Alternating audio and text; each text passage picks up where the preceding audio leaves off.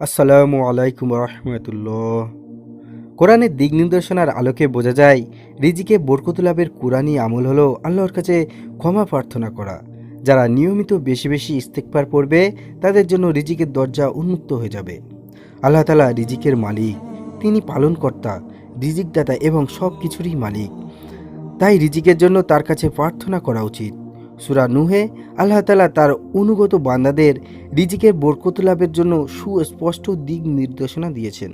আল্লাহ বলেন, অতঃপর বলেছি, তোমরা তোমাদের প্রতিপালকের কাছে ক্ষমা প্রার্থনা করো, নিশ্চয়ই তিনি অত্যন্ত ক্ষমাশীল।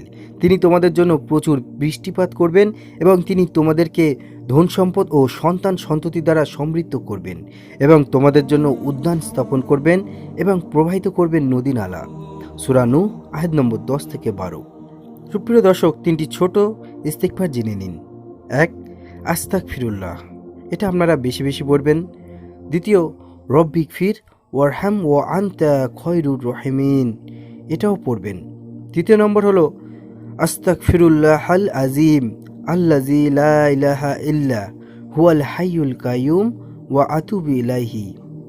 অর্থ, আমি আল্লাহর কাছে ক্ষমা প্রার্থনা করছি, যিনি ছাড়া ইবাদতের উপযুক্ত কোনো উপাস্য নাই, যিনি চিরঞ্জীব ও চিরস্থায়ী, আমি তার কাছেই তওবা করছি।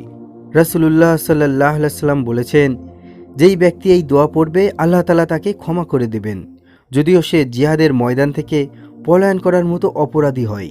তিরমিজি, আবু দাউদ, মিশকাত শরীফের হাদিস। অন্য হাদিসে এসেছে, রাসূলুল্লাহ সাল্লাল্লাহু আলাইহি সাল্লাম বলেন, আল্লাহর শপথ, নিশ্চয়ই আমি প্রতিদিন 70 বারের অধিক আল্লাহর কাছে ক্ষমা চাই এবং তওবা করি। ইস্তিগফারটি হলো আস্তাগফিরুল্লাহ ওয়া আতুবু ইলাইহি। সুপ্রিয় দর্শক, এই সকল ইস্তিগফারগুলি আমরা নিয়মিত পড়ব। আল্লাহ তাআলা মুসলিম উম্মাহকে রিজিকে বরকত লাভের কোরআনী আমল করার তৌফিক দান করুন। আমিন।